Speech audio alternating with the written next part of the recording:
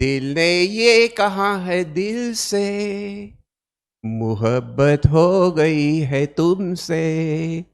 मेरी जान मेरी दिलबर, मुझ पे एतबार कर लो।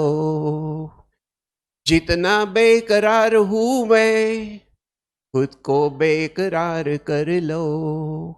मेरी धड़कनों को समझो, तुम भी मुझसे प्यार कर लो।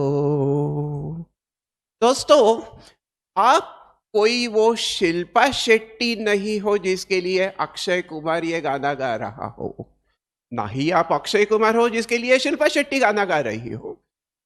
तो ये गाना गा कौन रही है? ये गाना गा रही है दोस्तों सीए फाउंडेशन की एग्जाम। दोस्तों यकीन दिलाता हूं मैं आपको, आईसीएआई आपको सक्सेस दिलाने के लिए बेकरार है। सवाल यह है कि पास होने के लिए आप उतना एक्साइटेड हो या नहीं।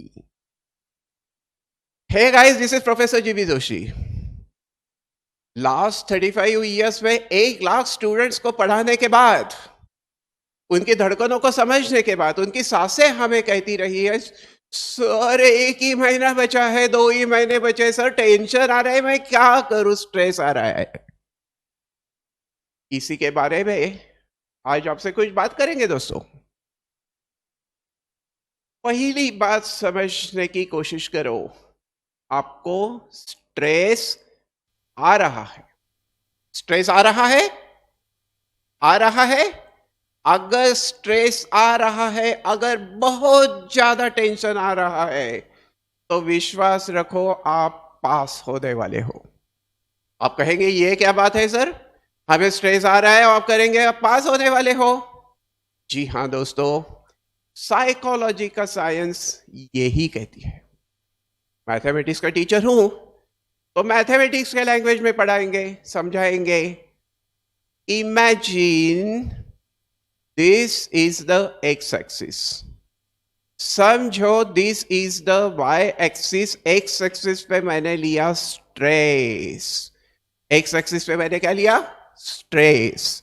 वाई एक्सिस पे मैंने ली एफिशिएंसी। वाई एक्सिस पे दोस्तों क्या ली? एफिशिएंसी। अभी साइकोलॉजी ये कहती है जीरो स्ट्रेस। दोस्तों साइकोलॉजी कहती है zero stress, no efficiency. Zero zero, no stress no efficiency. लेकिन जैसे आपका स्ट्रेस लेवल बढ़ता जाता है, वैसे आपकी एफिशिएंसी भी बढ़ती जाती है। तो एफिशिएंसी को बढ़ाना है। $1,000,000 question is how are you going to grab that efficiency, how are you going to achieve that level of success? इसे समझने के लिए कुछ बातों को समझना जरूरी है। कौन सी बातें हैं? स्ट्रेस को अगर कम मॉडरेट लेवल पे रख के एफिशिएंसी को बढ़ाना है, तो पहले क्या करना है? पहली बात क्या है? टाइमलाइन बनाओ, टाइम टेबल बनाओ। आप कहेंगे टाइम टेबल बनाओ, ये तो सर हमने बहुत बार सुना है। टाइम टेबल बनाए तो कैसे बनाए? टाइमलाइन बनाए तो कैसे बनाए? अगर ये टाइमलाइन को बनाना है तो कुछ चीजों का आपको ध्यान उन चीजों की तरफ देना पड़ेगा। पहले हर सब्जेक्ट के, हर पेपर के चैप्टर्स का सीक्वेंसिंग करो। कैसे करेंगे सीक्वेंसिंग? जिन चैप्टर्स को प्रिपेयर करने के लिए आपको कम समय लगता हो, उन चैप्टर्स को पहले प्रिपेयर करो। मान लो मैथमेटिक्स में आप प्रिपेयर करते हो ग्राफ्स ऑफ इनइक्वालिटी, 2 घंटे में स्टडी होती है, तो उस चैप्टर को पहले प्रिपेयर करो, तो कम समय लगेगा, तो सीक्वेंस में वो चैप्टर पहले आएगा। दूसरा जो फैक्टर होगा, दूसरा जो एलिमेंट होगा, वो जिन चैप्टर्स में आपको कंफर्ट लगता है, आपको कॉन्फिडेंस लगता है, उन चैप्टर्स को पहले प्रिपेयर करो। अकाउंट्स की बात की जाए तो बैंक रिकंसिलिएशन हो सकता है, इन्वेंट्री हो सकती है, आप कहेंगे रेक्टिफिकेशन ऑफ एरर हो सकता है, जो भी चैप्टर्स आपको लगते हैं कि आसान है उन चैप्टर्स को पहले खत्म करो, क्योंकि ये चैप्टर्स खत्म करने के बाद आपके 20 या 25 मार्क 25 मार्क श्योर होने वाले। लॉ की बात छेड़ेंगे तो कंपनीज एक्ट करो, फिर आप करेंगे, आप सोगा कर सकते हो, फिर आईसीआई इंडियन कॉन्ट्रैक्ट एक्ट के बारे में जितना कर सकते हैं उतना करेंगे तो अच्छा ही होने वाला है। तो 20-25 और लॉ के बाद अगर छेड़ ही देते हो तो आपको ये भूलना नहीं है कि उसके साथ आपको प्रिपेयर करना है बीसीआर। अभी दोस्तों यहाँ क्या होता है कि जो इंग्लिश मीडियम से आए हुए बच्चे होते हैं उनको लगता है बीसीआर मतलब इंग्लिश है, इंग्लिश मीडियम में ही पढ़े हैं, इंग्लिश मीडियम में ही बड़े हुए, तो हमें तो ये मार्क्स मिलने वाले हैं। दोस्तों ऐसा नहीं होता है।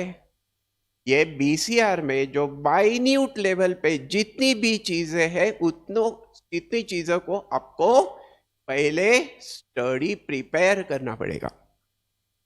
ये अकाउंट्स का पेपर और लॉ का और बीसीआर का पेपर में दोस्तों आपको लिखना है, सब्जेक्टिव टाइप डिस्क्रिप्टिव टाइप के लिखना है, तो लिखने की प्रैक्टिस करना बहुत ज्यादा इंपॉर्टेंट है। लॉ के आंसर के तरफ देखेंगे, अकाउंट्स के आंसर के तरफ देखेंगे, कहेंगे ये तो मेरे को आता है, लगेगा ये आता है, पर एग्जाम में वो आता नहीं है। उसके लिए क्या चाहिए? लिखने की प्रैक्टिस चाहिए। तो इसे एक बार लिखो, दूसरी बार लिखो, तीसरी बार लिखो, इतनी बार लिखो कि वो आंसर आपसे स्पॉन्टेनियसली आपके फिंगर में से पेपर पर उतरना चाहिए। बात छेड़ेंगे अगर मैथमेटिक्स की, तो देखो टाइम वैल्यू ऑफ मनी का चैप्टर है, वो आपको आसानी से 10 मार्क्स देके जाएगा। पेजेस ऑफ सेंट्रल टेंडेंसी और डिस्पर्शन, दोस्तों ये थ्योरी का चैप्टर है, वो आपको 20 मार्क्स देने वाला है। लॉजिकल रीजनिंग जिसमें कोई मैथमेटिक्स है ही नहीं, सिर्फ एक सोचने का तरीका है, ये लॉजिकल रीजनिंग आपको 20 मार्क्स देने वाला है। और फिर अगर इंडेक्स नंबर जैसा चैप्टर लेंगे, ग्राफ्स ऑफ इनइक्वालिटी जैसा चैप्टर लेंगे, कोरिलेशन रिग्रेशन का चैप्टर लेंगे, तो देखते ही ये टोटल बन जाती है 60-70 तक ये आ जाती है। तो फिर आपको कॉन्फिडेंस आता है कि मैं फेल होने वाला नहीं हूं।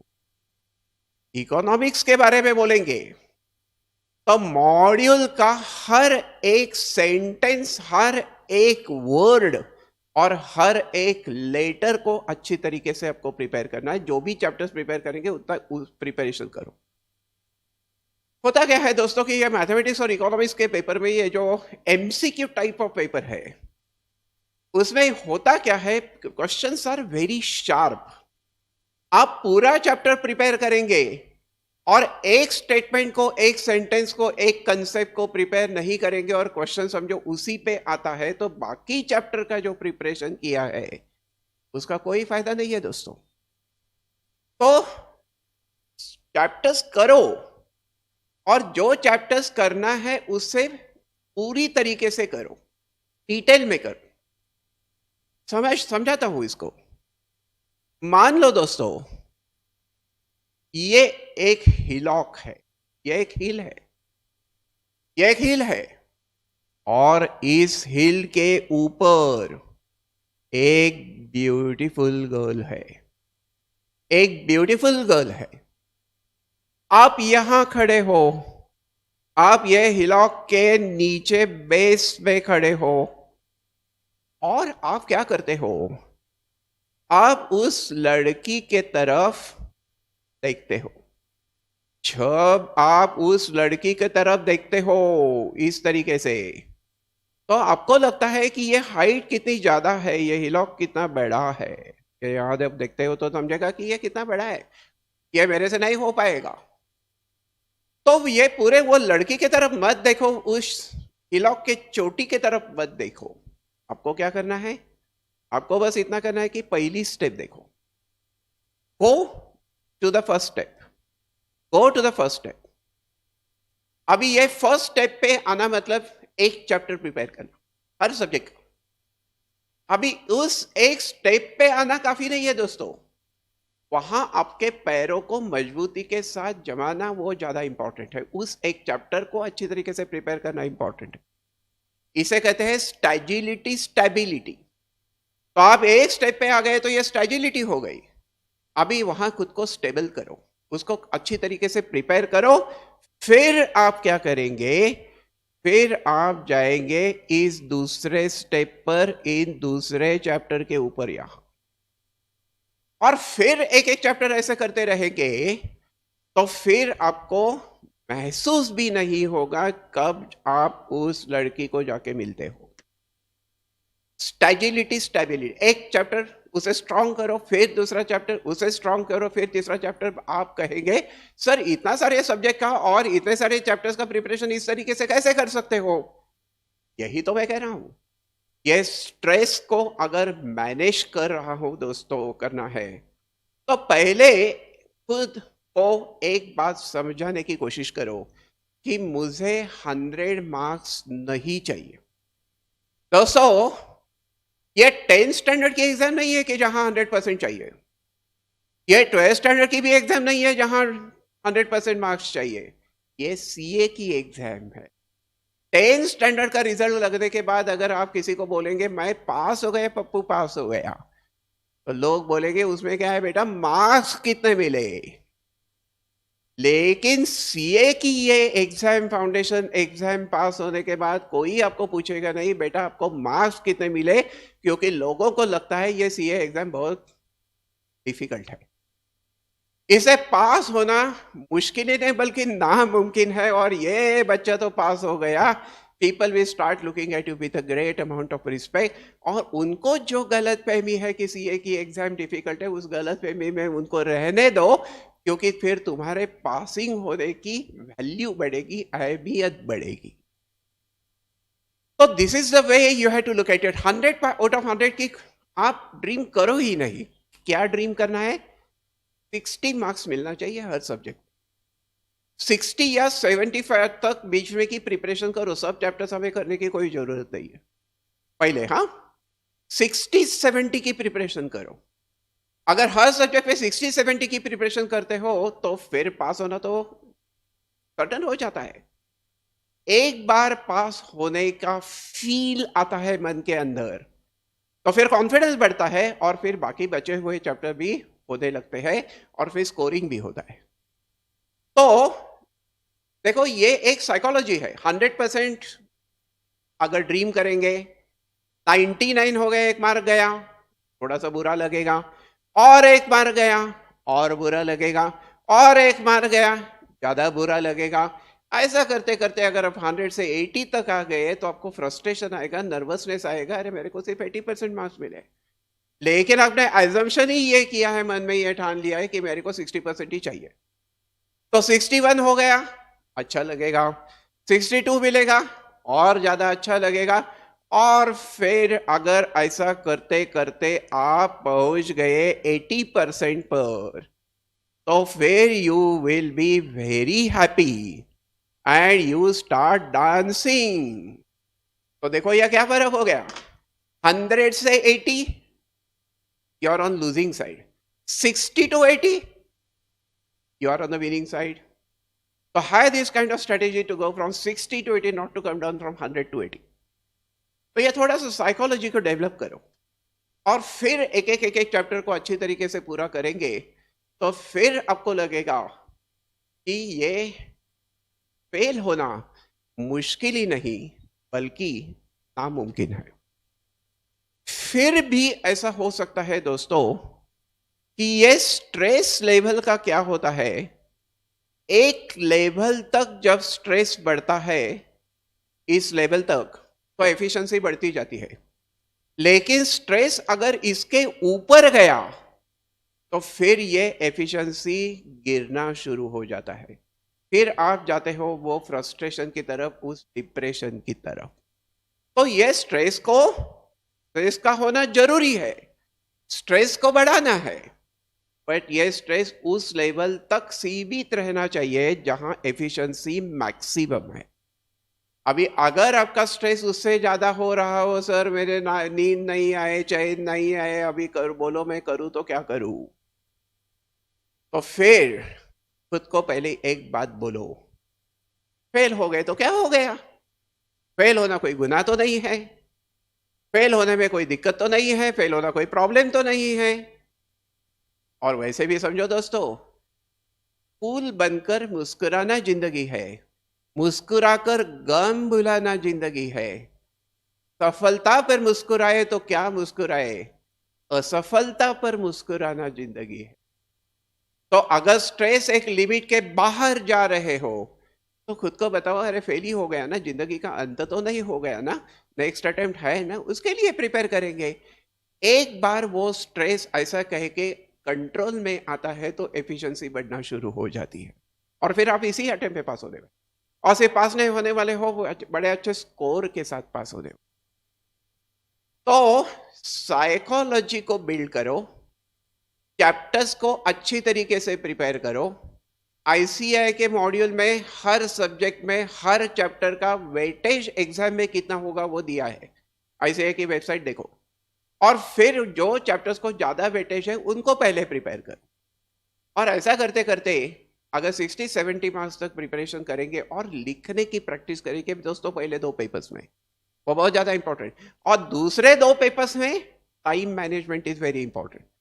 क्योंकि 120 मिनट में 2 घंटे में आपको 100 मार्क्स का पेपर सॉल्व करना है, तो एक क्वेश्चन को मिलता है 1 मिनट। अगर टाइम ज्यादा लगेगा तो एक क्वेश्चन दूसरे 5 क्वेश्चन को खा जाएगा।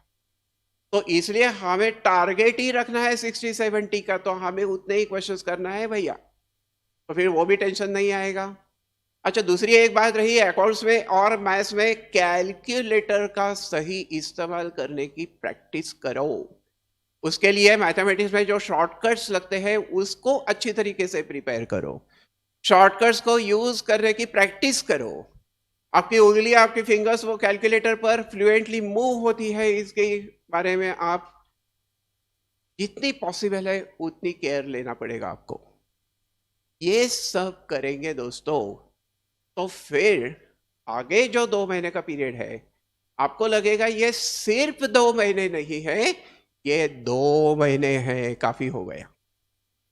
फिर थोड़े दिन के बाद मैं और एक बार आपसे मिलूंगा, वीडियो यहां पोस्ट करूंगा, एग्जाम के समय खुद को कैसे मैनेज करना है, एग्जाम हॉल में जाते समय कैसे मैनेज करना है, एग्जाम हॉल में जाने के बाद खुद को कैसे मैनेज करना है, क्या गलतियां करते हैं स्टूडेंट्स, ये सब आपसे साथ शेयर करने के लिए फिर एक बार मिलेंगे। तब तक के लिए गुड बाय दोस्तों, थैंक यू वेरी मच।